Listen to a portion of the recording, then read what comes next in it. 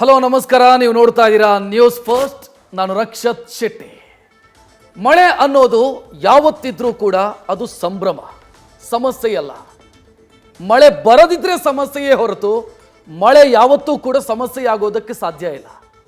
ಆದರೆ ಇತ್ತೀಚಿನ ದಿನಗಳಲ್ಲಿ ನಮ್ಮ ವಿವೇಚನೆಯ ಸತ್ತು ಹೋಗಿರುವಂಥ ಅಭಿವೃದ್ಧಿ, ತೋಚಿದ ರೀತಿಯ ಕಾಮಗಾರಿ ಮತ್ತು ನಮ್ಮೆಲ್ಲರ ದುರಾಸೆಯ ಕಾರಣಕ್ಕಾಗಿ ಮಳೆ ಸಮಸ್ಯೆಯಾಗಿ ಬದಲಾಗಿದೆ.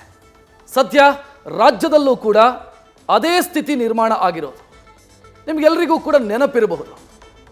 ಸಾಮಾನ್ಯವಾಗಿ ರಾಜ್ಯದಲ್ಲಿ ಮಳೆಯಾಗೋದು, ಆ ಮಳೆ ನಕ್ಷತ್ರಗಳು ಅಂತ ನಾವು ನೋಡ್ತಾ ಹೋದರೆ ಪುನರ್ವಸು, ಪುಷ್ಯ ಮತ್ತು ಆಶ್ಲೇಷ, ಈ ಮೂರು ಮಳೆ ನಕ್ಷತ್ರದ ಸಂದರ್ಭದಲ್ಲಿ ಧಾರಾಕಾರ ಮಳೆಯಾಗುತ್ತೆ. ಸಾಮಾನ್ಯ ಒಂದು 20 ವರ್ಷದ ಹಿಂದಕ್ಕೆ ಹೋದರೆ ಇದಕ್ಕಿಂತಲೂ ಕೂಡ 4 ಪಟ್ಟು ಮಳೆಯಾಗ್ತಾ ಇತ್ತು. ಆದರೆ ಸಮಸ್ಯೆ ಈ ರೀತಿಯಲ್ಲಿ ಆಗ್ತಾ ಇರಲಿಲ್ಲ. ಬಟ್ ಈಗ ಒಂದು ಮಳೆ ಬಂದರೆ ಸಾಕು, ಇಡೀ ರಾಜ್ಯದಾದ್ಯಂತ ಸಮಸ್ಯೆ ಸೃಷ್ಟಿಯಾಗತ್ತೆ. ಎಲ್ಲಿ ಮಳೆಯಾಯಿತೋ ಅಲ್ಲಿ ಜನಜೀವನ ಅಸ್ತವ್ಯಸ್ತವಾಗುತ್ತೆ, ಜನ ಬದುಕು ಕಟ್ಟಿಕೊಳ್ಳೋದಕ್ಕೆ ಒದ್ದಾಡುವಂಥ ಸ್ಥಿತಿ ನಿರ್ಮಾಣ ಆಗುತ್ತೆ. ಸದ್ಯ ರಾಜ್ಯದ ಕೆಲ ಜಿಲ್ಲೆಗಳಲ್ಲಿ ಅದೇ ಆಗ್ತಾ ಇದೆ. ಪುನರ್ವಸು ಮಳೆ ರಾಜ್ಯದಲ್ಲಿ ಅಬ್ಬರಿಸ್ತಾ ಇದೆ. ರಾಜ್ಯದ ಕರಾವಳಿ ಜಿಲ್ಲೆಗಳು ಈ ಮಳೆಯ ಅಬ್ಬರಕ್ಕೆ ತತ್ತರಿಸಿ ಹೋಗಿದ್ದಾವೆ. ಕರಾವಳಿಯ 3 ಜಿಲ್ಲೆಗಳಲ್ಲಿ ಸದ್ಯ ರೆಡ್ ಅಲರ್ಟ್ ಘೋಷಿಸಲಾಗಿದೆ.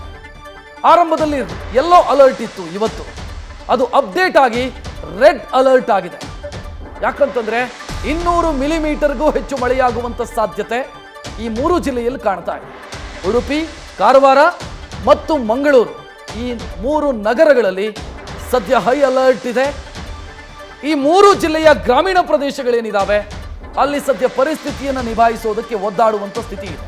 ನಮ್ಮ ಪಕ್ಕದ ಮಹಾರಾಷ್ಟ್ರದ ಕೊಂಕಣ್ ರೀಜನ್ ಅಂತ ಏನು ಕರೀತಾರೆ, ಆ ಜಿಲ್ಲೆಗಳಲ್ಲೂ ಕೂಡ ರೆಡ್ ಅಲರ್ಟ್ ಇದೆ. ಸದ್ಯಕ್ಕೆ ಧಾರಾಕಾರ ಮಳೆಯಾದಂಥ ಪರಿಣಾಮ ಜನಜೀವನ ಅಸ್ತವ್ಯಸ್ತವಾಗಿದೆ, ಜನ ಒದ್ದಾಡ್ತಾ ಇದ್ದಾರೆ. ನಾನು ಆಗಲೇ ಹೇಳಿದೆ, ಒಂದಿಷ್ಟು ಕಾರಣಗಳು, ಸ್ವಯಂಕೃತ ಅಪರಾಧಗಳು, ಇದೆಲ್ಲದಕ್ಕೂ ಕೂಡ ಜೋಡಿಸ್ಕೊಳ್ತಾ ಹೋಗುತ್ತೆ.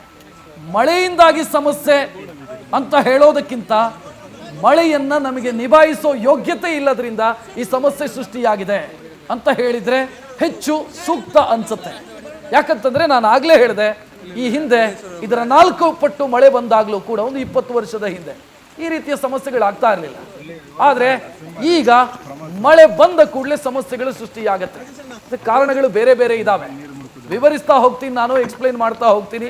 ಅದಕ್ಕಿಂತ ಮುಂಚಿತವಾಗಿ ಇನ್ನೊಂದಿಷ್ಟು ಇನ್ಫಾರ್ಮೇಶನ್ಗಳಿದ್ದಾವೆ. ನಾಳೆ ಏನಾಗುತ್ತೆ, ನಾಡಿದ್ದು ಏನಾಗುತ್ತೆ, ಇದಕ್ಕೆ ಸಂಬಂಧಿಸಿದಂತೆ. ಇವತ್ತು ಮಳೆ ಆಗ್ತಾ ಇದೆ, ರೆಡ್ ಅಲರ್ಟ್ ಇದೆ. 3 ಜಿಲ್ಲೆಗಳಲ್ಲಿ ರೆಡ್ ಅಲರ್ಟ್ ಇದೆ. ಮಹಾರಾಷ್ಟ್ರದಲ್ಲೂ ಕೂಡ ರೆಡ್ ಅಲರ್ಟ್ ಇದೆ. ಕೆಲ ಜಿಲ್ಲೆಗಳಲ್ಲಿ, ನಮ್ಮ ಮಲೆನಾಡು ಭಾಗದಲ್ಲೂ ಕೂಡ ಮಳೆ ಆಗ್ತಾ ಇದೆ. ಮುಂದಿನ ದಿನಗಳಲ್ಲಿ ಹೇಗೆ, ಮುಂದಿನ ಎಷ್ಟು ದಿನ ಇದೇ ಪ್ರಮಾಣದಲ್ಲಿ ಮಳೆಯಾಗುತ್ತೆ? ಹವಾಮಾನ ಇಲಾಖೆ ಇದಕ್ಕೆ ಉತ್ತರ ಕೊಡುವಂಥ ಪ್ರಯತ್ನವನ್ನು ಮಾಡಿದ. ಆ ಡೀಟೇಲ್ ನೋಡೋಣ. ಮುಂದಿನ 4 ದಿನ ಭಾರೀ ಮಳೆಯಾಗತ್ತೆ ಅನ್ನುವಂಥ ಮುನ್ಸೂಚನೆ. ಎಲ್ಲೆಲ್ಲಿ? ರಾಜ್ಯದ ಕರಾವಳಿ ಮತ್ತು ಮಲೆನಾಡು ಈ ಪ್ರಾಂತ್ಯದಲ್ಲಿ ಮಳೆಯಾಗತ್ತೆ. ಮುಂದಿನ 4 ದಿನ ಮಳೆಯಾಗುವಂಥ ಮುನ್ಸೂಚನೆಯನ್ನು ಕೊಟ್ಟಿದೆ. ಅಂದರೆ ಧಾರಾಕಾರ ಮಳೆಯ ಮುನ್ಸೂಚನೆ ಇದೆ. ಅದು 4 ದಿನ ಯಾಕೆ ಅಂತಂದರೆ ಹವಾಮಾನ ಇಲಾಖೆ 4 ದಿನಕ್ಕೆ ಸಂಬಂಧಿಸಿದಂತೆ ಪ್ರೆಡಿಕ್ಟ್ ಮಾಡುತ್ತೆ. ಮುಂದಿನ ದಿನಗಳದ್ದು ಆನಂತರ ನಮಗೆ ಪ್ರೆಡಿಕ್ಷನ್ ಸಿಗುತ್ತೆ. ಸೊ ಮುಂದಿನ 4 ದಿನ ಭಾರೀ ಮಳೆಯಾಗುತ್ತೆ ಅನ್ನುವಂಥ ಮುನ್ಸೂಚನೆ. ಎಲ್ಲೆಲ್ಲಿ? ಒಂದು ದಕ್ಷಿಣ ಕನ್ನಡ ಜಿಲ್ಲೆ, ಅದು ಬಿಟ್ಟರೆ ಉಡುಪಿ ಮತ್ತು ಉತ್ತರ ಕನ್ನಡ ಜಿಲ್ಲೆಯಲ್ಲಿ ಮುಂದಿನ 4 ದಿನಗಳ ಕಾಲ ಧಾರಾಕಾರ ಮಳೆಯಾಗುತ್ತೆ. ಇನ್ನು ಶಿವಮೊಗ್ಗ ಜಿಲ್ಲೆ, ಮಲೆನಾಡಿನ ಹೆಬ್ಬಾಗಿಲು ಶಿವಮೊಗ್ಗದ ಪಕ್ಕದ ಚಿಕ್ಕಮಗಳೂರು, ಇಲ್ಲೂ ಕೂಡ ಭರ್ಜರಿ ಮಳೆಯಾಗೋದಕ್ಕಿದೆ ಅನ್ನುವಂಥ ಮುನ್ಸೂಚನೆ ಇದ್ರೆ, ಹಾಸನ ಎಂಟೈರ್ ಡಿಸ್ಟ್ರಿಕ್ಟ್ ಅಲ್ಲ, ಹಾಸನದ ಮಲೆನಾಡು ರೀಜನ್ನು. ಹಾಸನದ ಮಲೆನಾಡು ರೀಜನ್ ಯಾವುದು? ಈ ಸಕಲೇಶ್ಪುರ ಭಾಗ ಇದೆಯಲ್ಲ, ಸಕಲೇಶ್ಪುರ ಭಾಗ, ಇಲ್ಲಿ ಧಾರಾಕಾರ ಮಳೆಯಾಗುತ್ತೆ ಅನ್ನುವಂಥ ಮುನ್ಸೂಚನೆ ಇದೆ. ಇನ್ನು ನಮ್ಮ ಪಕ್ಕದ ಕೇರಳದ ಉತ್ತರ ಕೇರಳ, ಕಾಸರಗೋಡು ಮತ್ತು ಕಣ್ಣೂರು ಭಾಗ, ಇಲ್ಲೂ ಕೂಡ ಮಳೆ 4 ದಿನ ಮುಂದುವರಿಯೋದಕ್ಕಿದೆ. ಅಂದರೆ ಧಾರಾಕಾರ ಮಳೆ ಏನಾಗ್ತಿದೆ ಅದು ಕಂಟಿನ್ಯೂ ಆಗುತ್ತೆ. ಅದನ್ನು ಬಿಟ್ಟರೆ ವಯನಾಡಲ್ಲೂ ಕೂಡ, ವಯನಾಡು ಡಿಸ್ಟ್ರಿಕ್ಟಲ್ಲೂ ಕೂಡ ಮಳೆಯಾಗುತ್ತೆ ಅನ್ನುವಂಥ ಮುನ್ಸೂಚನೆ ಇದೆ. ಇನ್ನು ನಮಗೆ ಪಕ್ಕದಲ್ಲೇ ಇರುವಂಥ ಮತ್ತೊಂದು ರಾಜ್ಯ, ಅದು ಮಹಾರಾಷ್ಟ್ರ. ಮಹಾರಾಷ್ಟ್ರದಲ್ಲಿ ಎಲ್ಲೆಲ್ಲಿ ಮಳೆಯ ಮುನ್ಸೂಚನೆ ಇದೆ ಮುಂದಿನ 4 ದಿನಗಳಿಗೆ ಸಂಬಂಧಿಸಿದಂತೆ? ಎಲ್ಲಿ ಅಂತಂದರೆ ಮಹಾರಾಷ್ಟ್ರದ ರಾಯಗಢ ಡಿಸ್ಟ್ರಿಕ್ಕು, ಸತಾರಾ ಡಿಸ್ಟ್ರಿಕ್ಕು, ಸಿಂಧುದುರ್ಗ, ಪುಣೆ, ಇದೆಲ್ಲವೂ ಕೂಡ ಕೊಂಕಣ್ ರೀಜನ್ ಬರುತ್ತೆ. ಕೊಂಕಣ ಸೀಮೆ ಅಂತ ಅದನ್ನು ಕರೀತಾರೆ. ನಾವು ಅಂದರೆ ನಮ್ಮ ಕಾರವಾರನೂ ಕೂಡ ಅದಕ್ಕೆ ಸೇರಿಕೊಳ್ಳುತ್ತೆ. ಕೊಂಕಣ ಪ್ರಾಂತ್ಯ ಅಂತ ನಾವು ಕನ್ಸಿಡರ್ ಮಾಡ್ತಾ ಹೋದರೆ ಮುಂಬೈಯೂ ಕೂಡ ಅದೇ ಬರುತ್ತೆ. ಮುಂಬೈ ವಾಣಿಜ್ಯ ನಗರಿ ಮುಂಬೈ ಇರಬಹುದು. ಸೊ ಇದೆಲ್ಲವೂ ಕೂಡ ಇಲ್ಲೂ ಕೂಡ 4 ದಿನಗಳ ಕಾಲ ಭರ್ಜರಿ ಮಳೆಯಾಗುತ್ತೆ ಅನ್ನುವಂಥ ಮುನ್ಸೂಚನೆ ಇದೆ. ಸ್ಥಳೀಯ ಆಡಳಿತಗಳಿಗೆ, ಆಯಾ ಸ್ಥಳೀಯ ಆಡಳಿತಗಳಿಗೆ ಸೂಕ್ತ ಸಿದ್ಧತೆಯನ್ನು ಮಾಡಿಕೊಳ್ಳಿ ಎನ್ನುವಂಥ ಮುನ್ಸೂಚನೆಯನ್ನು ಕೂಡ ಕೊಡಲಾಗಿದೆ. ಸೂಕ್ತ ಮುನ್ಸೂಚನೆಯನ್ನು ತೆಗೆದುಕೊಳ್ಳಿ, ಸಿಚುವೇಶನ್ ಹ್ಯಾಂಡಲ್ ಮಾಡೋದಕ್ಕೆ ಬೇಕಾದಂಥ ಸಿದ್ಧತೆಯನ್ನು ಮಾಡಿಕೊಳ್ಳಿ ಅನ್ನೋ ಮುನ್ಸೂಚನೆಯನ್ನು ಕೂಡ ಕೊಡಲಾಗಿದೆ. ಅಂದರೆ ಇನ್ನೊಂದು 4 ದಿನ ಧಾರಾಕಾರ ಮಳೆಯಾಗೋದಕ್ಕಿದೆ, ಮುಂದಿನ 4-5 ದಿನ. ಸೊ ಅದಕ್ಕೆ ಬೇಕಾದಂಥ ಸಿದ್ಧತೆಯನ್ನು ಮಾಡಿಕೊಳ್ಳಿ ಅನ್ನುವಂಥ ಸೂಚನೆಯನ್ನು ಕೂಡ ಕೊಡಲಾಗಿದೆ.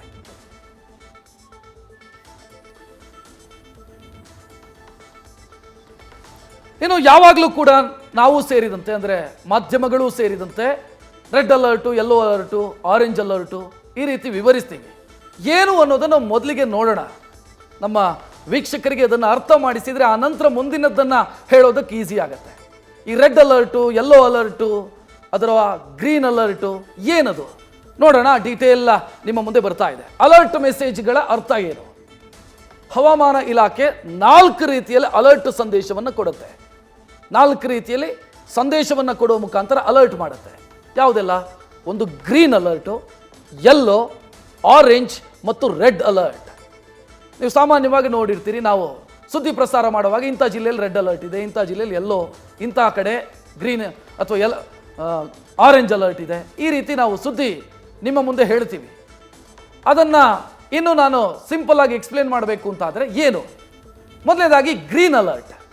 ಗ್ರೀನ್ ಅಲರ್ಟು ಅಂತಂದರೆ 24 ಗಂಟೆಯ ಅವಧಿಯಲ್ಲಿ 64 ಮಿಲಿಮೀಟರ್ ಒಳಗೆ ಮಳೆಯಾಗತ್ತೆ ಅಂತಾದರೆ ಅದು ಗ್ರೀನ್ ಅಲರ್ಟ್. ಗ್ರೀನ್ ಅಲರ್ಟಿಗೆ ಯಾವುದೇ ರೀತಿಯ ಸಿದ್ಧತೆಗಳ ಅಗತ್ಯ ಇರೋದಿಲ್ಲ. ಗ್ರೀನ್ ಅಲರ್ಟ್ ಇದ್ದಂಥ ಸಂದರ್ಭದಲ್ಲಿ ಸ್ಥಳೀಯ ಆಡಳಿತಗಳಿಗೆ ಯಾವುದೇ ತಲೆನೋವು ಕೂಡ ಇರೋದಿಲ್ಲ. ಅಂದರೆ ದೊಡ್ಡ ಪ್ರಮಾಣದಲ್ಲಿ ಮಳೆ ಆಗಲ್ಲ ಅನ್ನೋ ಲೆಕ್ಕ. ಯೆಲ್ಲೋ ಅಲರ್ಟ್ ಅಂದರೆ ಏನು? ಯೆಲ್ಲೋ ಅಲರ್ಟ್ ಅಂದರೆ 64 ಮಿಲಿಮೀಟರ್ರಿಂದ 115 ಮಿಲಿಮೀಟರ್ ವರೆಗೆ ಮಳೆಯಾಗತ್ತೆ ಅಂತಾದರೆ 24 ಗಂಟೆಯ ಅವಧಿಯಲ್ಲಿ ಅದನ್ನು ಯೆಲ್ಲೋ ಅಲರ್ಟ್ ಅಂತ ಕರೀತಾರೆ. ಅಂದರೆ ಒಂದು ರೀತಿಯಲ್ಲಿ ಒಳ್ಳೆ ಮಳೆ ಬರುತ್ತೆ, ಆದರೆ ದೊಡ್ಡ ಅನಾಹುತಗಳು ಆಗೋದಿಲ್ಲ ಅನ್ನೋ ಲೆಕ್ಕಾಚಾರ. ಅಥವಾ ಸಿದ್ಧತೆಯನ್ನು ಮಾಡಿಕೊಳ್ಳೋದಕ್ಕಿಂತ ಮುಂಚಿತವಾಗಿ ಒಬ್ಸರ್ವೇಷನ್ ಇರಲಿ ಅಂತ ಸ್ಥಳೀಯ ಆಡಳಿತಗಳಿಗೆ ಕೊಡುವಂಥ ಅಲರ್ಟ್ ಅದು. ನೆಕ್ಸ್ಟ್ ಬರೋದು ಆರೆಂಜ್ ಅಲರ್ಟ್. ಆರೆಂಜ್ ಅಲರ್ಟ್ ಅಂದರೆ 115ರಿಂದ 204 ಮಿಲಿಮೀಟರ್ ವರೆಗೆ ಮಳೆಯಾಗುತ್ತೆ ಅನ್ನೋ ಮುನ್ಸೂಚನೆ. ಇಲ್ಲಿ ಸಿದ್ಧತೆಯನ್ನು ಮಾಡಿಕೊಳ್ಬೇಕು. ಆರೆಂಜ್ ಅಲರ್ಟ್ ಇದ್ದಂಥ ಜಿಲ್ಲೆಗಳಲ್ಲಿ ಎಲ್ಲ ರೀತಿಯ ಸಿದ್ಧತೆಗಳನ್ನು ಮಾಡಿಕೊಳ್ಬೇಕಾಗತ್ತೆ. ರೆಡ್ ಅಲರ್ಟ್ ಅಂತಂದರೆ 204 ಮಿಲಿಮೀಟರ್ಗಿಂತ ಹೆಚ್ಚು ಮಳೆಯಾಗುವಂಥ ಸಾಧ್ಯತೆ 24 ಗಂಟೆ ಅವಧಿಯಲ್ಲಿ. ಈಗ ದಕ್ಷಿಣ ಕನ್ನಡ, ಉಡುಪಿಯಲ್ಲೆಲ್ಲ ಆಗ್ತಿದೆ. ಸೊ 204 ಮಿಲಿಮೀಟರ್ಗಿಂತ ಹೆಚ್ಚು ಮಳೆಯಾಗತ್ತೆ ಅಂತಂದರೆ, 20 ಸೆಂಟಿಮೀಟರ್ಗಿಂತ ಜಾಸ್ತಿ ಮಳೆಯಾಗತ್ತೆ ಅಂತಂದರೆ ಯಾವ ಪ್ರಮಾಣದಲ್ಲಿ ಮಳೆಯಾಗತ್ತೆ ಅಂತ ನೀವೇ ಲೆಕ್ಕ ಹಾಕಿ. ಆಗ ಟೇಕ್ ಆಕ್ಷನ್ ಅಂತ ಅರ್ಥ. ಸ್ಥಳೀಯ ಆಡಳಿತಗಳಿಗೆ ಆಕ್ಷನ್ ತೆಗೆದುಕೊಳ್ಳಿ. ನೋಡ್ತಾ ಇದ್ದೀರಿ, ಟೇಕ್ ಆಕ್ಷನ್, ಅದರ ಪರಿಣಾಮ ಇದು. ಅಲ್ಲಲ್ಲಿ ರಕ್ಷಣಾ ಕಾರ್ಯಾಚರಣೆಗಳನ್ನು ಮಾಡ್ತಾ ಇರೋದು. ಇಲ್ಲಿ ಇನ್ನೊಂದು ವಿಚಾರ ಹೇಳಬೇಕು. ಒಂದೊಂದು ಜಿಲ್ಲೆಗೆ ಒಂದೊಂದು ರೀತಿಯಲ್ಲಿ ನಾವು ರೆಡ್ ಅಲರ್ಟು ಅಥವಾ ಆರೆಂಜ್ ಅಲರ್ಟನ್ನು ನಾವು ವಿಶ್ಲೇಷಿಸಬಹುದು. ಕಾರಣ, ಈಗ ಉಡುಪಿಯಲ್ಲಿ ರೆಡ್ ಅಲರ್ಟು ಅಂತಂದರೆ 20 ಸೆಂಟಿಮೀಟರ್ ಮಳೆ ಉಡುಪಿ ದಕ್ಷಿಣ ಕನ್ನಡ ಜಿಲ್ಲೆಗೆ ದೊಡ್ಡ ಸಮಸ್ಯೆಯನ್ನು ಸೃಷ್ಟಿ ಮಾಡಲಿಕ್ಕಿಲ್ಲ. ಬೆಂಗಳೂರಲ್ಲಿ ರೆಡ್ ಅಲರ್ಟು ಅಂತಂದರೆ 20 ಸೆಂಟಿಮೀಟರ್ಗಿಂತ ಜಾಸ್ತಿ ಮಳೆಯಾಗತ್ತೆ ಅಂತಂದರೆ ಬೆಂಗಳೂರು ಬಹುದೊಡ್ಡ ಸಮಸ್ಯೆಯನ್ನು ಎದುರಿಸಬೇಕಾಗಬಹುದು. ಸೊ ಜಿಲ್ಲೆಯಿಂದ ಜಿಲ್ಲೆಗೆ ಅಲರ್ಟ್ ಸಂದೇಶಗಳು ಬದಲಾಗ್ತಾ ಹೋಗುತ್ತೆ, ಅಥವಾ ಅಲ್ಲಿನ ತೀವ್ರತೆಗಳು ಬದಲಾಗ್ತಾ ಹೋಗುತ್ತೆ. ಸೊ ಈ ರೀತಿ ನಾವು ಅಲರ್ಟ್ ಸಂದೇಶಗಳನ್ನು ನೋಡಬಹುದು. ಸದ್ಯ ಉಡುಪಿ, ದಕ್ಷಿಣ ಕನ್ನಡ, ಉತ್ತರ ಕನ್ನಡ ಈ ಜಿಲ್ಲೆಯಲ್ಲಿ ರೆಡ್ ಅಲರ್ಟ್ ಇದೆ.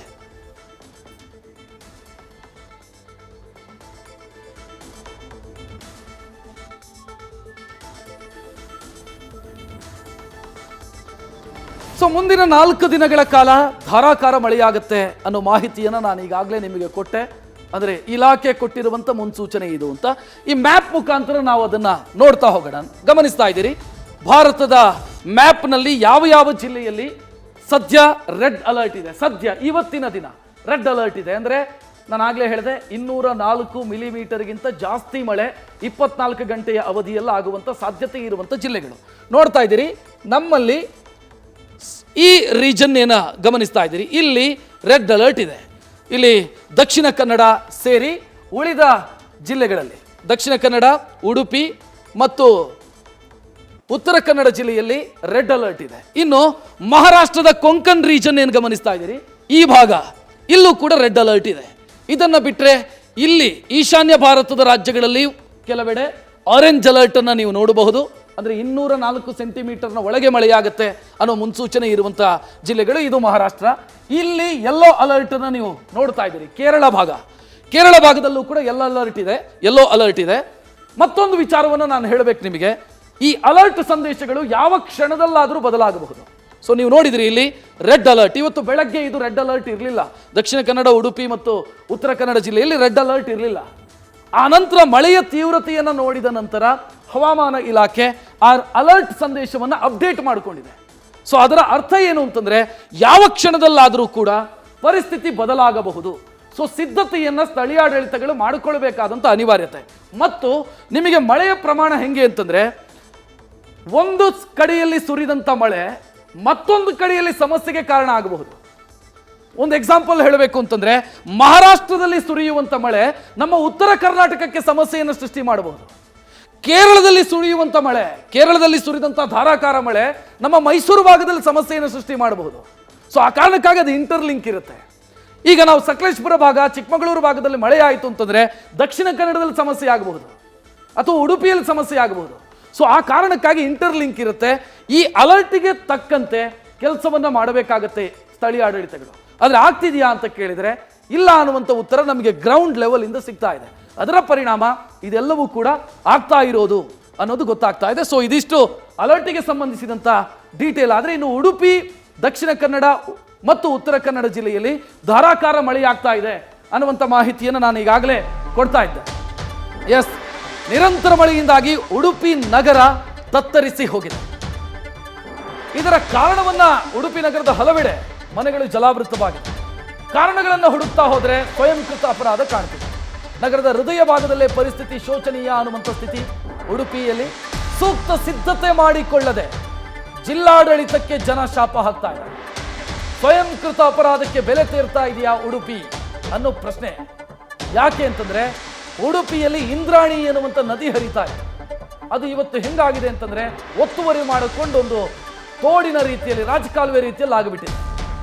ಸಮುದ್ರದ ಪಕ್ಕದಲ್ಲೇ ಇರುವಂಥ ನಗರ ಉಡುಪಿ, ಬಹಳ ದೂರ ಏನಿಲ್ಲ. ಇಂಥ ಮಳೆಗಳನ್ನು ಎಷ್ಟು ನೋಡಿದೆಯೇನೋ ಉಡುಪಿ. ಬಟ್ ಸಮಸ್ಯೆ ಕಳೆದ ಕೆಲ ವರ್ಷಗಳಿಂದ ಬಿಗಡಾಯಿಸ್ತಾ ಇದೆ ಉಡುಪಿಯಲ್ಲಿ.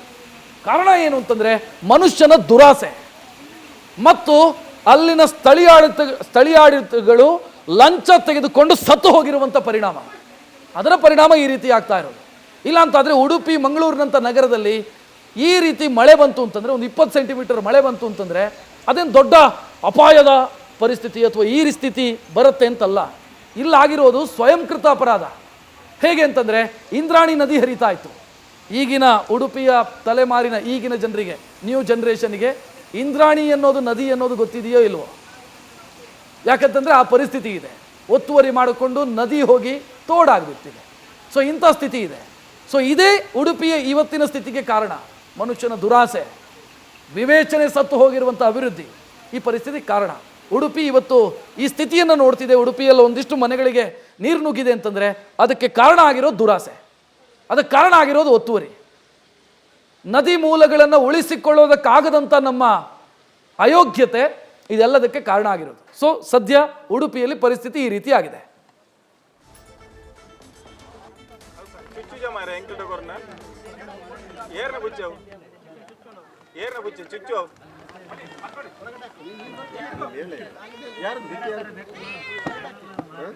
ಅಲ್ಲಿ ಬಂದದ ಇವರೇ ಫೋನ್ ಮಾಡಿದ್ದು. ಹೌದು, ನಂಗೆ ಕಮ್ಯುನಿಕೇಟ್ ಒಂದೇ ತರ ಉಂಟು. ನಾನು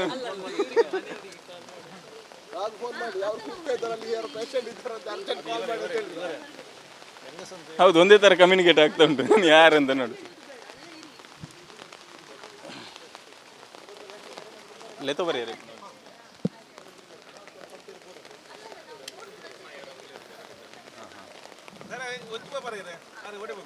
ಎಲ್ಲ ತೂವಂ ಪೋಲೆ ಸರ್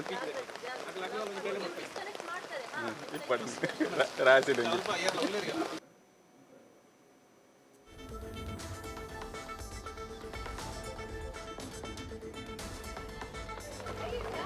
ಎಂತ ಆಗ್ತದೆ ಒಂದು ದಿನ ಇದ್ರೆ? ಹೌದು, ಅಷ್ಟು ವಿಯರ್ಡ್ ಏನು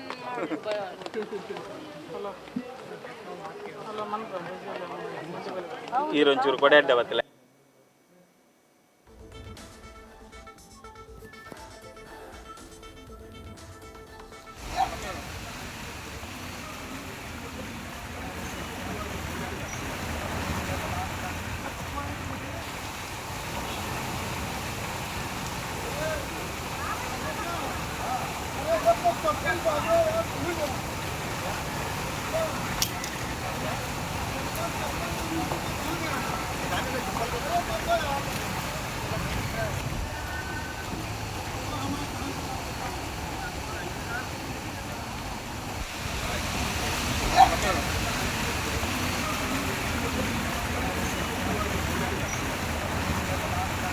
ನೋಡ್ತಾ ಇದ್ದೀರಿ ಉಡುಪಿಯಲ್ಲಿ ನಡೆದಿರುವಂಥ ರಕ್ಷಣಾ ಕಾರ್ಯಾಚರಣೆಗಳು. ಅಂದರೆ ಜನ ಸಮಸ್ಯೆಯಲ್ಲಿ ಇಲ್ಲಿ ಸಿಕ್ಕಾಕೊಂಡಿದ್ದಾರೆ, ಮನೆಗಳಿಗೆ ನೀರು ನುಗ್ಗಿದೆ, ಅವರನ್ನು ಸುರಕ್ಷಿತ ಸ್ಥಳಕ್ಕೆ ಕರ್ಕೊಂಡು ಹೋಗಲಾಗ್ತಾ ಇದೆ. ಆಗಲೇ ನಮ್ಮ ಪ್ರತಿನಿಧಿ ವಿವರಿಸ್ತಾ ಇದ್ದಾರೆ ಎಷ್ಟು ಜವಾಬ್ದಾರಿ ಸತ್ತವರಿದ್ದಾರೆ ಅಂತಂದರೆ, ಮಳೆ ಆಗತ್ತೆ ಅನ್ನುವಂಥ ಮುನ್ಸೂಚನೆ ಇದ್ದರೂ ಕೂಡ ಮಳೆಯಾಗತ್ತೆ ಅನ್ನುವಂಥ ಮುನ್ಸೂಚನೆ ಇದ್ದರೂ ಕೂಡ ಅಟ್ಲೀಸ್ಟ್ ಒಂದು ಕಾಳಜಿ ಕೇಂದ್ರವನ್ನು ತೆರೆಯುವಂಥ ಕೆಲಸಗಳಾಗಿರಲಿಲ್ಲ. ಆನಂತರ ಯಾವುದೋ ಒಂದು ಹೋಟೆಲ್ನ ಸಭಾಂಗಣದಲ್ಲೇನೋ ವ್ಯವಸ್ಥೆ ಮಾಡಿಕೊಟ್ಟಿದ್ದಾರೆ ಜನರಿಗೆ. ಮಳೆ ಆಗುತ್ತೆ, ಸಮಸ್ಯೆ ಆಗುತ್ತೆ ಅಂತ ಗೊತ್ತಿದೆ. ಜವಾಬ್ದಾರಿ ಸತ್ತಂಥ ಅಧಿಕಾರಿಗಳಿದ್ರೆ ಈ ರೀತಿಯೆಲ್ಲ ಆಗುತ್ತೆ. ನಮ್ಮ ಪ್ರತಿನಿಧಿ ಪರೀಕ್ಷಿತ್ ಇಲ್ಲಿನ ಪರಿಸ್ಥಿತಿಯನ್ನು ವಿವರಿಸಿದ್ದಾರೆ, ನೋಡೋಣ. ಉಡುಪಿಯಲ್ಲಿ ಧಾರಾಕಾರ ಮಳೆ ನಿರಂತರವಾಗಿ ಬೆಳಗ್ಗೆಯಿಂದಲೇ ಸುರಿತಾ ಇದೆ. ಹೀಗಾಗಿ ಉಡುಪಿ ನಗರದ ಮಧ್ಯಭಾಗದಲ್ಲಿ ಸದ್ಯಕ್ಕೆ ಪ್ರವಾಹದ ಪರಿಸ್ಥಿತಿ ನಿರ್ಮಾಣ ಆಗಿರುವಂಥದ್ದು. ತಗ್ಗು ಪ್ರದೇಶಗಳು ಸಂಪೂರ್ಣವಾಗಿ ಮುಳುಗಡೆ ಆಗಿರುವಂಥದ್ದು. ಈ ನೋಡ್ತಾ ಇರಬಹುದು, ಇದು ಪಾಡಿಗಾರು, ಗುಂಡಿಬೈಲು ಪಾಡಿಗಾರು ಸ್ಥಳ ಭಾಗ. ಇದು ನಗರದ ಮಧ್ಯಭಾಗದಲ್ಲಿ ಇರುವಂಥ ಒಂದು ಪ್ರದೇಶ ಅಂತ ಹೇಳ್ಬೋದು. ಇದು ಸಂಪೂರ್ಣವಾಗಿ ಮುಳುಗಡೆ ಆಗಿದೆ. ನೋಡ್ತಾ ಇರ್ಬೋದು, ಸೊಂಟದವರೆಗೆ ನೀರು ಇರುವಂಥದ್ದು. ಮುಂದೆ ಮುಂದೆ ಹೋದ ಕೂಡಲೇ ಎದೆಯ ಭಾಗದವರೆಗೂ ನೀರು ಇರುವಂಥದ್ದು. ಬಹಳಷ್ಟು ವೇಗವಾಗಿ ನೀರಿನ ವೇಗ ಇರುವಂಥದ್ದು. ಇದು ಸಂಪೂರ್ಣವಾಗಿ ಇದು ನದಿ ನೀರಲ್ಲ, ಬಹಳಷ್ಟು ತೋಡಲೆ ಹರಿಯುವಂಥ ಮಳೆ ನೀರು. ಇದು ಸಂಪೂರ್ಣವಾಗಿ ಪ್ರತಿ ವರ್ಷದಂತೆ ಈ ವರ್ಷವೂ ಈ ಭಾಗದಲ್ಲಿ ಇದೇ ಪರಿಸ್ಥಿತಿ ನಿರ್ಮಾಣವಾಗಿದೆ. ಮನೆಗಳು ಭಾಗಶಃ ಮುಳುಗಡೆ ಆಗಿರುವಂಥದ್ದು. ಸುಮಾರು 100ಕ್ಕೂ ಅಧಿಕ ಮನೆಗಳು ಈ ಭಾಗದಲ್ಲಿ ಇದೆ. ಈ ಭಾಗದಲ್ಲಿ ಪಿಜಿಗಳು, ಮುಖ್ಯವಾಗಿ ಮನೆಯೊಂದಿಗೆ ಪಿಜಿಗಳು ಇರುವಂಥದ್ದು. ನೋಡ್ತಾ ಇರ್ಬೋದು, ಈ ಭಾಗದಲ್ಲಿ ಇರುವಂತಹ ಮನೆಗಳ ಬಾವಿಗಳು ಕೂಡ ಸಂಪೂರ್ಣವಾಗಿ ಮುಳುಗಡೆ ಆಗಿದೆ. ಬಾವಿಗಳು ಮುಳುಗಡೆ ಆಗ್ತದೆ. ಯಾವ ಪರಿಸ್ಥಿತಿಗೆ ಈ ಪಾಡಿಗಾರು ಏನು ಬಂದು ತಲುಪಿದೆ ಅನ್ನುವಂಥದ್ದು ನೋಡ್ತಾ ಇರ್ಬೋದು. ಇದು ಸಂಪೂರ್ಣವಾಗಿ ಮನೆಯಿಂದ ಯಾರು ಹೊರಗೆ ಬರಲಾರದ ಸ್ಥಿತಿ ಇರುವಂಥದ್ದು. ಬಹಳಷ್ಟು ಮನೆಗಳು ಈಗಾಗಲೇ ಲಾಕ್ ಮಾಡಿ ಮನೆ ಬೇರೆ ಕಡೆ ಸ್ಥಳಾಂತರ ಆಗಿದ್ದಾರೆ ಮಹಾರಾಷ್ಟ್ರ ನಿವಾಸಿಗಳು. ಹೀಗಾಗಿ ಯಾರು ಕೂಡ ಹೊರಗೆ ಬಾರದಂತ ಸ್ಥಿತಿ ನಿರ್ಮಾಣವಾಗಿದೆ. ಅಲ್ಲಿ ಮುಂದಿನ ಭಾಗದಲ್ಲಿ ಪಿಜಿಗಳು ಕೂಡ ಇದೆ. ಬಹಳಷ್ಟು ಕಾರುಗಳು ಕೂಡ ಸಂಪೂರ್ಣವಾಗಿ ಮುಳುಗಡೆ ಆಗಿರುವಂಥದ್ದು. ಮನೆಗಳು ಬಹಳಷ್ಟು ಅರ್ಧ ಭಾಗದಷ್ಟು ಮುಳುಗಡೆ ಆಗಿದೆ. ಇನ್ನು ಮುಂದುವರಿದಂತೆ ಅಲ್ಲಿ ಬಹಳಷ್ಟು ಪಿಜಿಗಳಿವೆ. ಬಹಳಷ್ಟು ವಿದ್ಯಾರ್ಥಿಗಳು ಈ ಭಾಗದಲ್ಲಿ ಇದ್ದಾರೆ. ಬೇರೆ ಬೇರೆ ಹೊರ ಜಿಲ್ಲೆಯಿಂದ ಬಂದಂಥ ವಿದ್ಯಾರ್ಥಿಗಳೆಲ್ಲರೂ ಕೂಡ ಈ ಭಾಗದಲ್ಲಿ ಪಿಜಿಯಲ್ಲಿ ಇರುವಂಥದ್ದು. ಎಲ್ಲರೂ ಕೂಡ ಈಗ ಹೊರಗೆ ಬರಲಾರದ ಸ್ಥಿತಿ ಇದ್ದಾರೆ. ಬಹಳಷ್ಟು ಕಡೆಗಳಲ್ಲಿ ಮಕ್ಕಳನ್ನು ಕೂಡ ರೆಸ್ಕ್ಯೂ ಮಾಡಿದ್ದಾರೆ ಅಗ್ನಿಶಾಮಕ ದಳ ಸಿಬ್ಬಂದಿಗಳು. ಕೃಷ್ಣ ಮಠದ ಪಾರ್ಕಿಂಗ್ ಏರಿಯಾ ಇರ್ಬೋದು, ಬಹಳಷ್ಟು ಕಡೆಗಳಲ್ಲಿ ಈಗಾಗಲೇ ಮನೆಯಿಂದ ರೆಸ್ಕ್ಯೂ ಮಾಡಿದ್ದಾರೆ. ವೃದ್ಧರನ್ನು ಕೂಡ ರೆಸ್ಕ್ಯೂ ಮಾಡಲಾಗಿದೆ. ಅಲ್ಲಿ ಸಮೀಪದಲ್ಲಿರುವಂತಹ ಖಾಸಗಿ ಹೋಟೆಲ್ಗಳಲ್ಲಿ ಅವರನ್ನು ಇರಿಸಲಾಗಿರುವಂಥದ್ದು. ಈ ಭಾಗದಲ್ಲಿ ಕೂಡ ಈ ರೆಸ್ಕ್ಯೂ ಕಾರ್ಯಾಚರಣೆ ನಡೀತಾನೆ ಇದೆ. ಮುಖ್ಯವಾಗಿ ಈ ಭಾಗದ ವಿದ್ಯಾರ್ಥಿಗಳು ಇವತ್ತು ಶಾಲೆಗೆ ರಜೆ ಕೊಡಲ ಹಿನ್ನೆಲೆಯಲ್ಲಿ ಏಕಾಗಿ ಕಾಲೇಜಿಗೆ ಹೋಗುವ ಸಂದರ್ಭದಲ್ಲಿ ನೆರೆ ನೀರು ನುಗ್ಗಿರುವಂಥದ್ದು. ಹೀಗಾಗಿ ಎಲ್ಲ ವಿದ್ಯಾರ್ಥಿಗಳನ್ನು ಮತ್ತು ಬೇರೆ ಬೇರೆ ಏನು ಕಂಪನಿಗಳಿಗೆ ಮತ್ತು ಉದ್ಯೋಗಕ್ಕೆ ಹೋಗುವಂತಹ ಸಿಬ್ಬಂದಿಗಳನ್ನ ಈಗ ಈ ಭಾಗದಿಂದ ರೆಸ್ಕ್ಯೂ ಮಾಡುವಂತ ಕಾರ್ಯ ಆಗ್ತಾ ಇದೆ. ಈಗಾಗಲೇ ದೋಣಿಗಳಲ್ಲಿ ಅಗ್ನಿಶಾಮಕ ಸಿಬ್ಬಂದಿಗಳು ತೆರಳಿದ್ದಾರೆ. ಅವರನ್ನ ರೆಸ್ಕ್ಯೂ ಮಾಡುವ ಮೂಲಕ ಈ ಭಾಗಕ್ಕೆ ಸ್ವಲ್ಪ ಮುಖ್ಯ ಹೆದ್ದಾರಿಗೆ ಕರೆತಂದು ಅವರನ್ನ ಸುರಕ್ಷಿತ ಸ್ಥಳದಲ್ಲಿ ಇರಿಸುವಂತ ಪ್ರಯತ್ನ ಮಾಡಲಾಗ್ತಾ ಇದೆ. ಈ ಭಾಗದಲ್ಲಿ ನಿವಾಸಿಗಳ ಒಂದೇ ಒಂದು ಆಕ್ರೋಶ ಏನಂದ್ರೆ, ಈ ಭಾಗದಲ್ಲಿ ಈ ನಗರದಲ್ಲಿ ಹರಿಯುವಂತ ನೀರು ಆ ತೋಡಿನ ಮೂಲಕ ಸರಿಯಾಗಿ ಹೋಗಲಾಗದೆ, ಅಂದ್ರೆ ಆ ತೋಡಿನ ಏನು ಗಾತ್ರ ಏನಿದೆ ತುಂಬಾ ಕಿರಿದ ಹೋಗ್ತಾ ಇದೆ. ಪ್ರತಿ ವರ್ಷಕ್ಕೂ ಈ ಭಾಗದ ತೋಡು ಏನಿದೆ ಬೃಹತ್ ದೊಡ್ಡ ಗಾತ್ರದ ತೋಡುಗಳೆಲ್ಲ ಸಣ್ಣ ಗಾತ್ರಕ್ಕೆ ತಿರುವು ಪಡೆದುಕೊಳ್ತಾ ಇದೆ. ಮುಖ್ಯವಾಗಿ ದೊಡ್ಡ ಲಾಡ್ಜ್ಗಳಿರ್ಬೋದು, ಹೊಸ ಮನೆಗಳೆಲ್ಲವೂ ಆ ತೋಡಿನ ಮೇಲೆ ಕಟ್ಟಲಾಗ್ತದೆ. ಹೀಗಾಗಿ ಆ ತೋಡಿನ ನೀರಿನ ಹರಿಲಿಕ್ಕೆ ಸ್ಥಳಾವಕಾಶ ಇಲ್ಲದೆ ಈ ಭಾಗಕ್ಕೆ ತಗ್ಗು ಪ್ರದೇಶಕ್ಕೆ ನೇರವಾಗಿ ನೀರು ನುಗ್ಗುವಂತ ಕಾರ್ಯ ಆಗ್ತಾ ಇದೆ. ಪ್ರತಿ ವರ್ಷದಂತೆ ಈ ವರ್ಷವೂ ಇದೇ ರೀತಿಯ ಪರಿಸ್ಥಿತಿ ನಿರ್ಮಾಣವಾಗುತ್ತಿಲ್ಲ. ಕಳೆದ ವರ್ಷ ಕೂಡ ಇದೇ ಪರಿಸ್ಥಿತಿ ಇತ್ತು. ಈ ವರ್ಷವೂ ಈ ಭಾಗದಲ್ಲಿ ಇರುವಂತದ್ದು. ಒಟ್ಟಾರೆ ಸ್ಥಳೀಯರು ಕೂಡ ಆಕ್ರೋಶ ವ್ಯಕ್ತಪಡಿಸ್ತಾ ಇದ್ದಾರೆ. ನಗರಸಭೆ ಇರ್ಬೋದು, ಅನ್ನುವಂಥದ್ದು ಜಿಲ್ಲಾಡಳಿತದ ಮೇಲೆ ಒಂದು ರೀತಿ ಆಕ್ರೋಶ ಕೂಡ ವ್ಯಕ್ತವಾಗ್ತಾ ಇದೆ. ಆದರೆ ಪೌರಾಯುಕ್ತರು ಈ ಭಾಗದಲ್ಲಿ ಮಳೆ ಅತಿ ಹೆಚ್ಚು ಸುರಿದ ಹಿನ್ನೆಲೆಯಲ್ಲಿ ಈ ಪರಿಸ್ಥಿತಿ ನಿರ್ಮಾಣವಾಗಿ ನೋಡ್ತಾ ಇರಬಹುದು. ಸೊಂಟದವರೆಗೂ ನೀರು ಇರುವಂಥದ್ದು, ಬಹಳಷ್ಟು ಕಷ್ಟಪಟ್ಟು ತೆರಳುವಂಥ ಸ್ಥಿತಿ ಇದೆ. ನೀರಿನ ವೇಗ ಕೂಡ ಇರುವಂಥದ್ದು, ಎಲ್ಲಿ ತೋಡಿದೆ ಎಲ್ಲಿ ರಸ್ತೆ ಇದೆ ಅನ್ನುವಂಥದ್ದು ಕೂಡ ಗೊತ್ತಾಗದಂಥ ಸ್ಥಿತಿ ಇರುವಂಥದ್ದು. ಒಟ್ಟಾರೆ ಈ ಭಾಗದಲ್ಲಿ ಕೇವಲ ಈ ಭಾಗ ಅಂತಲ್ಲ, ಗುಂಡಿಬೈಲ್ ಇರ್ಬೋದು, ಪಾಡಿಗಾರ ಇರ್ಬೋದು, ಕಲ್ಸಂಗ ಇರ್ಬೋದು, ಬಹಳಷ್ಟು ಕಡೆಗಳಲ್ಲಿ ಇದೇ ಪರಿಸ್ಥಿತಿ ನಿರ್ಮಾಣವಾಗಿದೆ. ಸದ್ಯಕ್ಕೆ ರೆಸ್ಕ್ಯೂ ಕಾರ್ಯಾಚರಣೆ ಆಗ್ತಾನೇ ಇದೆ. ಈ ಭಾಗದಲ್ಲಿ ಅತಿ ಹೆಚ್ಚು ನೆರೆ ನಿರ್ಮಾಣ ಸೃಷ್ಟಿಯಾಗಿದೆ. ಒಟ್ಟಾರೆ ಸದ್ಯದ ಮಟ್ಟಿಗೆ ಎಲ್ಲರನ್ನ ರೆಸ್ಕ್ಯೂ ಮಾಡಲಾಗ್ತಾ ಇದೆ. ಮಳೆ ಇನ್ನಷ್ಟು ಮುಂದುವರಿದಲ್ಲಿ ಬಹಳಷ್ಟು ಕಡೆ ಇನ್ನಷ್ಟು ನೆರೆಯ ಪ್ರಮಾಣ ಮತ್ತಷ್ಟು ಏರಿಕೆ ಆಗುವಂಥ ಸಾಧ್ಯತೆ ಇದೆ. ಈ ಮಳೆ ಬಿಟ್ಟರಷ್ಟೇ ಈ ಭಾಗದ ನೆರೆ ಪ್ರವಾಹದ ಪರಿಣಾಮ ತಗ್ಬೋದು, ನೆರೆ ನೀರು ತಗ್ಬೋದು. ಆದಷ್ಟು ಬೇಗ ಎಲ್ಲರನ್ನ ರೆಸ್ಕ್ಯೂ ಮಾಡಬೇಕಾಗಿದೆ.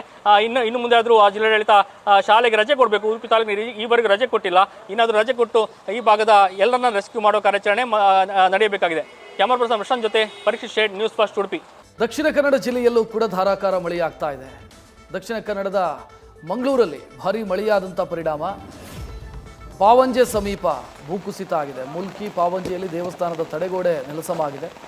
ಮಾಲಿಂಗೇಶ್ವರ ದೇವಸ್ಥಾನದ ತಡೆಗೋಡೆ ನೆಲಸಮ ಆಗಿದೆ. ಅದೃಷ್ಟವಶಾತ್ ಯಾವುದೇ ಹಾನಿ ಆಗಿಲ್ಲ. ಘಟನಾ ಸ್ಥಳಕ್ಕೆ ಅಧಿಕಾರಿಗಳು ಭೇಟಿ ನೀಡಿ ಪರಿಶೀಲನೆಯನ್ನು ಮಾಡ್ತಾ ಇದ್ದಾರೆ. ಮುಲ್ಕಿ ಸಮೀಪ ಇರುವಂಥ ಪಾವಂಜೆಯ ಮಾಲಿಂಗೇಶ್ವರ ದೇವಸ್ಥಾನ, ಇಲ್ಲಿನ ತಡೆಗೋಡೆ ಕುಸಿದಿರುವಂಥ ದೃಶ್ಯವನ್ನು ನೋಡ್ತಾ ಇದ್ದೇವೆ.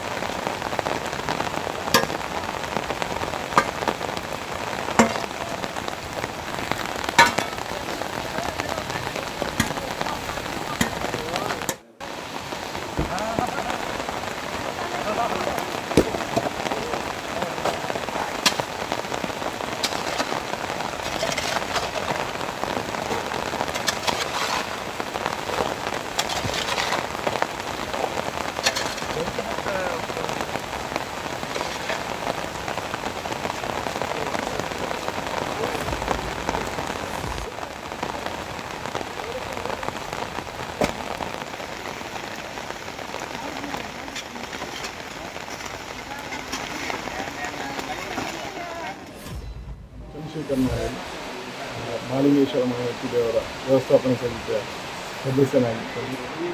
ಜಿಲ್ಲೆಯಾದ್ಯಂತ ಈಗಾಗಲೇ ತಿಳಿದಿರುವಂತೆ ಜಿಲ್ಲೆಯಾದ್ಯಂತ ಪ್ರಾಕೃತಿಕ ವಿಕೋಪ ಕಂಡುಬಂದಿದ್ದು, ನಿರಂತರವಾಗಿ ಸುರಿಯುತ್ತಿರುವ ಮಳೆಯಿಂದಾಗಿ ನಮ್ಮ ದೇವಸ್ಥಾನದ ಒಂದು ಬಗೆಯ 20 ಮೀಟರ್ನಷ್ಟು ಅಲ್ಪ ಭಾಗ ಕುಸಿದಿದ್ದು, ಅದನ್ನು ಈಗಾಗಲೇ ಅದಕ್ಕೆ ಬೇಕಾದ ಸೂಕ್ತ ವ್ಯವಸ್ಥೆಯನ್ನು ಮಾಡ್ತಾ ಇದ್ದೇವೆ. ಈಗಾಗಲೇ ಪಿ ಡಿ ಅವರು ಬಂದು ಹೋಗಿದ್ದಾರೆ. ನಮ್ಮ ಮಾನ್ಯ ಶಾಸಕರಾದಂಥ ರಘುನಾಥ್ ಕೋಟೆಯನ್ನು ಕೂಡ ತಿಳಿಸಿದ್ದೇವೆ, ಹಾಗೂ ಧಾರ್ಮಿಕ ದತ್ತಿ ಇಲಾಖೆ ಕೂಡ ತಿಳಿಸಿದ್ದೇವೆ. ಮಳೆ ನಿಂತ ಕೂಡಲೇ ಅದನ್ನು ಸೂಕ್ತ ರೀತಿಯಲ್ಲಿ ನಾವು ಸುಭದ್ರವಾಗಿ ಕಟ್ಟುವಂಥ ವ್ಯವಸ್ಥೆ ಮಾಡ್ತೇವೆ. ಈಗ ಯಾವುದೇ ತೊಂದರೆ ಇಲ್ಲ. ಯಾಕಂತೇಳಿದ್ರೆ ಈಗ ಕುಸಿದ ಮೇಲ್ಭಾಗದ ಸ್ವಲ್ಪ ಭಾಗ ಮಾತ್ರ, ಕೆಳಗಿನ ಭಾಗ ಒಂದು 5 ಮೀಟರ್ನಷ್ಟು ಎತ್ತರಕ್ಕೆ ನಾವು ಈಗಾಗಲೇ ಗಟ್ಟಿಯಾದಂಥ ತಡೆಯನ್ನು ಕಟ್ಟಿದ್ದೇವೆ. ಹಾಗಾಗಿ ಎತ್ತರ ಸ್ವಲ್ಪ ಜಾಗವನ್ನು ಕೂಡಲೇ ಸರಿಪಡಿಸಿ ಯಾರಿಗೂ ತೊಂದರೆಯಾಗದ ರೀತಿಯಲ್ಲಿ ನಾವು ಮಾಡಿಕೊಡ್ತೇವೆ. ಹಾಗೂ ಈ ದೇವರ ದಯೆಯಿಂದ ಯಾವುದೇ ಅವಘಡಗಳು ನಡೆಯಲಿಲ್ಲ, ಮುಂದಕ್ಕೆ ಕೂಡ ನಡೆಯುವುದಿಲ್ಲ. ಮಾಲಿಂಗೇಶ್ವರ ಮಹಾಗಣಪತಿ ದೇವರ ಆಶೀರ್ವಾದ ಸದಾ ನೀಡಲಿ ಅಂತ ಪ್ರಾರ್ಥಿಸಿ.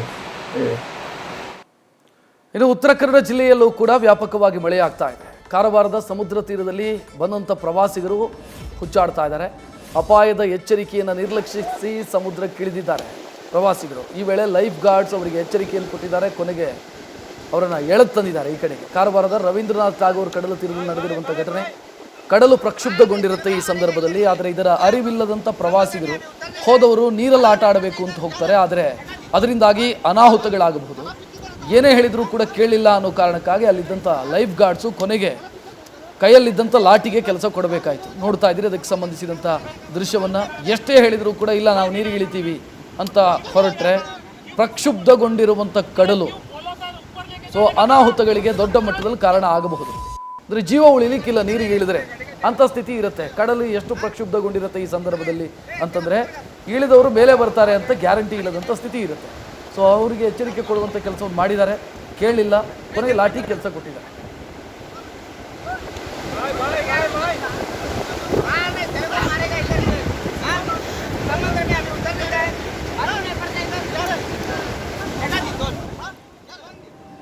ಇನ್ನು ಮಹಾರಾಷ್ಟ್ರದಲ್ಲಿ ಮಳೆ ಆಗ್ತಾ ಇದೆ. ಇದರ ಪರಿಣಾಮ ಬೆಳಗಾವಿಯಲ್ಲಿ ನದಿಗಳು ಉಕ್ಕಿ ಹರಿತಾ ಇದೆ. ಚಿಕ್ಕೋಡಿ ವ್ಯಾಪ್ತಿಯ ಮತ್ತೊಂದು ಸೇತುವೆ ಜಲಾವೃತವಾಗಿದೆ. ಈವರೆಗೆ ಜಿಲ್ಲೆಯಲ್ಲಿ 5 ಸಂಪರ್ಕ ಸೇತುವೆಗಳು ಮುಳುಗಡೆಯಾಗಿದೆ. ಅಪಾಯದ ಮಟ್ಟ ಮೀರಿ ಹರಿತಾ ಇದೆ ದೂಧಗಂಗಾ ನದಿ. ಹೆಚ್ಚಿನ ಹರಿವಿನಿಂದಾಗಿ ಮಲ್ಲಿಕವಾಡ ದತ್ತವಾಡ ಸೇತುವೆ ಜಲಾವೃತವಾಗಿದೆ. ನದಿ ಪಾತ್ರದಲ್ಲಿ ಜನ ಹುಚ್ಚಾಡ್ತಾ ಇದ್ದಾರೆ. ನದಿ ಬಳಿ ಮೀನು ಹಿಡಿಯೋದಕ್ಕೆ ತಂಡೋಪತಂಡವಾಗಿ ಜನ ಆಗಮಿಸ್ತಾ ಇದ್ದಾರೆ. ಪ್ರವಾಹದ ಆತಂಕ ಇದೆ, ಎಚ್ಚರಿಕೆಯನ್ನು ಕೊಡಲಾಗಿದೆ, ನದಿಗೆ ಇಳಿಬೇಡಿ ಅಂತ ಸೂಚನೆಯನ್ನು ಕೊಡಲಾಗಿದೆ. ಅದರನ್ನು ಯಾರೂ ಕೂಡ ಲೆಕ್ಕಿಸ್ತಾ ಇಲ್ಲ. ಪೊಲೀಸ್ ಇಲಾಖೆ ಮತ್ತು ಜಿಲ್ಲಾಡಳಿತ ಸೂಚನೆಯನ್ನು ಕೊಟ್ಟರೂ ಕೂಡ ಅದಕ್ಕೂ ನಮಗೂ ಸಂಬಂಧ ಇಲ್ಲ ಅನ್ನೋ ರೀತಿಯಲ್ಲಿ ಜನ ವರ್ತಿಸ್ತಿದ್ದಾರಂತೆ. ಇನ್ನು ಬ್ಯಾರಿಕೇಡ್ ಅಳವಡಿಸಿಲ್ಲ, ಏನು ಸೇತುವೆ ಇದೆ ಅದಕ್ಕೆ ಬ್ಯಾರಿಕೇಡ್ ಅಳವಡಿಸುವಂಥ ಕೆಲಸವನ್ನು ಮಾಡಬೇಕಿತ್ತು, ಅದು ಆಗಲಿಲ್ಲ. ಸೊ ಇದು ಕೂಡ ಸಮಸ್ಯೆಗೆ ಕಾರಣ ಆಗ್ತಿದೆ. ವಾಹನ ಸವಾರರು ಗೊತ್ತಿಲ್ಲದೆ ಬಂದುಬಿಡ್ತಾರೆ ಅಥವಾ ಜನ ಓಡಾಡ್ತಾನೆ ಇರ್ತಾರೆ. ಸೊ ಬ್ಯಾರಿಕೇಡ್ ಅಳವಡಿಸಬೇಕು ಅಂತ ಸ್ಥಳೀಯರು ಕೇಳ್ತಾ ಇದ್ದಾರೆ. ನದಿ ಸೇತುವೆಯ ಮೇಲ್ಭಾಗದಲ್ಲಿ ಹರಿತಾ ಇರುವಂಥ ದೃಶ್ಯ ನೋಡ್ತಾ ಇದ್ದೀವಿ.